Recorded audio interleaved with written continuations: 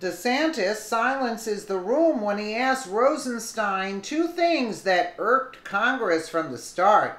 By US4Trump.com, Representative Ron DeSantis was on a no-holds-barred, in-your-face tongue-lashing in the House today, and none other than embattled Rod Rosenstein was on the wrong end of that stick.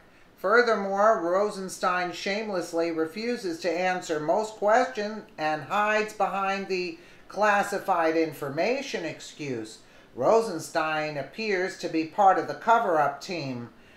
Initially, DeSantis began with asking about Strzok and quickly moved to Rosenstein himself. The Florida representative says, you're supervising Mueller, and it's supposedly about collusion between Trump's campaign with Russia and obstruction of justice. But you wrote the memo saying James Comey should be fired, and you signed the FISA extension for Carter Page. My question to you is, it seems like you should be recused from this more so than Jeff Sessions, because you were involved in making decisions affecting both prongs of this investigation. Why haven't you done that? DeSantis asked Rosenstein.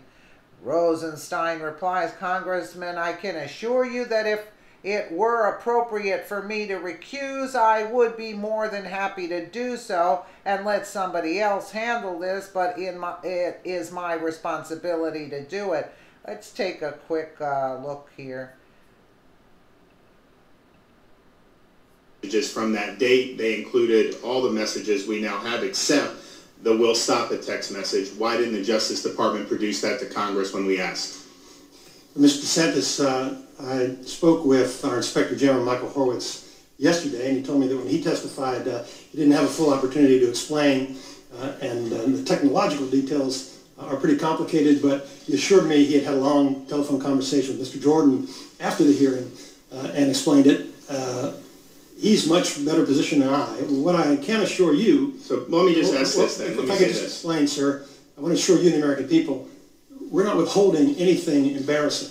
The message was not in the original material that Inspector General, he found these messages. Right, so you guys didn't find it and he did. And so we're asking you to produce stuff, and obviously, we're expecting a good faith effort. You guys didn't find it, and maybe somebody else deleted or something happened before you guys, but he was able to find it and you didn't. So it was very disappointing to see that text message there, because I think you would agree. Just think of the timeline here. You have Peter Strzok. He opens up the counterintelligence investigation against Trump's campaign at the end of July. Then a week later, this text message, he ain't going to be president, we'll stop it. Then the next week, the infamous insurance policy text message where he says, we can't take the risk of a Trump presidency, you need an insurance policy. The American people see that. Doesn't that undermine the whole integrity of the actions of people like Peter Strzok? Yes, Congressman, that obviously is highly inappropriate. And, well, it's more than that. It's more than that. I mean, the Inspector General did find that the bias affected. He didn't say it affected the decision about Hillary, but he said once we got into the fall, when you had the Huma Abedin emails, and there was slow walking on that by Peter Strzok, he was really concerned with pursuing this collusion investigation. And he testified on the record that it was absolutely reasonable to say that the bias not only existed, but affected what he did. Let me ask you this. What did the DOJ or FBI do in terms of collecting information, spying, or surveillance on the Trump campaign, be it via Stefan Halper or anybody else working on behalf of the agencies? As you know, Congressman, I'm not permitted to discuss any classified information in an open setting, but I can assure you that we are working with oversight committees and we're producing all relevant evidence that will allow them to answer those questions. Let me ask you this then. Did the Obama administration, anybody in the administration, direct anybody, Halper or anybody else, to make contact with anyone associated with the Trump campaign? As I said, Congressman, I appreciate, obviously, I understand your interest, but I'm not permitted to discuss classified information. Well, we want the documents, so I know we're in a back and forth on that, but the American people need to know were the counterintelligence powers of the Obama administration unleashed against Trump's campaign. If that was done, was it done inappropriate? Let me ask you this. They talk about the Mueller investigation. It's really the Rosenstein investigation. You appointed Mueller. You're supervising Mueller. And it's supposedly about collusion between Trump's campaign and Russia and obstruction of justice. but you wrote the memo saying that Comey should be fired. And you signed the FISA extension for Carter Page. So my question is to you, seems like you should be recused from this more so than Jeff Sessions, just because you were involved in making decisions affecting both prongs of this investigation. Why haven't you done that? Congressman, I can assure you that if it were appropriate for me to recuse, I'd be more than happy to do so and let somebody else handle this, but it's my responsibility to do it. And all I can tell you then how do you have obstruction of justice possibility for a president exercising his powers to fire an FBI director that you said should be fired? And oh, by the way, the IG report makes it clear Jim Comey should have been fired. So why are we still doing this with the Mueller probe?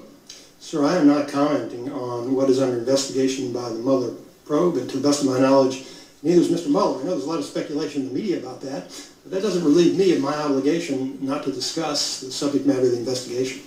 Do you accept what IG Horowitz said regarding Peter Strzok and the fall campaign with Huma Abedin emails, how he slow-walked that versus how he was so gung-ho about the Trump-Russia collusion? Remember, he texted Lisa Page, the other thing, Hillary mattered because we didn't want to mess it up, but this matters because it matters. That's what he wanted to do, and that's where he was focusing his energy on. Horowitz said his bias is an appropriate explanation for his conduct. Do you agree?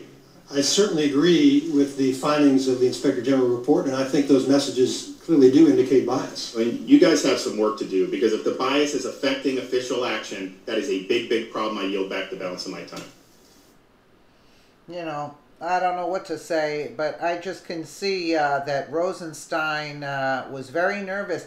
Desantis actually, without yelling or anything, he really made the point. He actually put Rosenstein really on the spot. He handled himself very well, DeSantis. I like the way he questioned him.